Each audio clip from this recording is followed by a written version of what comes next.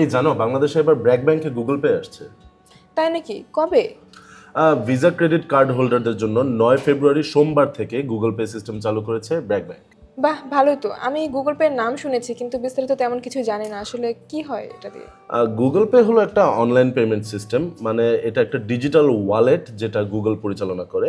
এই সেবার মাধ্যমে যে কোনো অ্যান্ড্রয়েড ফোন দিয়ে তুমি দেশে বিদেশে দ্রুত, নিরাপদ আর কন্ট্যাক্টলেস ভাবে টাকা আদান প্রদান করতে পারবা।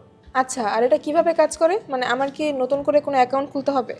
বেসিক্যালি তোমার যেটা করা লাগবে সেটা হচ্ছে তোমার কার্ডটা গুগল ওয়ালেটের সাথে সংযুক্ত করতে হবে। তারপরে তুমি দেশে বিদেশে যে কোনো গুগল পে সাপোর্টেড মার্চেন্ট পয়েন্টে টাকা আদান প্রদান করতে পারবা। মানে টাকা লেনদেনের জন্য যে কার্ড লাগে আমাদের, সেই কার্ডটা লাগবে না, তার পরিবর্তে গুগল পে কাজ করবে? হ্যাঁ, গুগল পে ব্যবহার করলে তোমার বেসিক্যালি আর কখনোই ফিজিক্যালি কার্ড ক্যারি করা লাগবে না। ভালোই, কিন্তু এখানে আবার পার্সোনাল ইনফরমেশন লিকের কোনো ভয়টয় নেই তো? গুগল পে অ্যাডভান্সড এনক্রিপশন প্রযুক্তি ব্যবহার করে, যেটার জন্য তারা দাবি করে যে কখনো কোনো গ্রাহকের কার্ডের তথ্য মার্চেন্টদের সাথে শেয়ার করা হয় না। আচ্ছা, ব্র্যাক ব্যাংকে তো প্রথমবারের মতো গুগল পে আসছে, তো এই জন্য কি ব্র্যাক ব্যাংক কোনো ছাড়-টাড় দিচ্ছে না?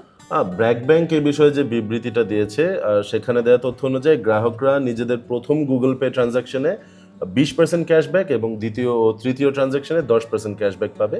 এবং শর্তাবলী অনুযায়ী এই অফারটা চালু থাকবে হচ্ছে 31 মার্চ 2026 পর্যন্ত।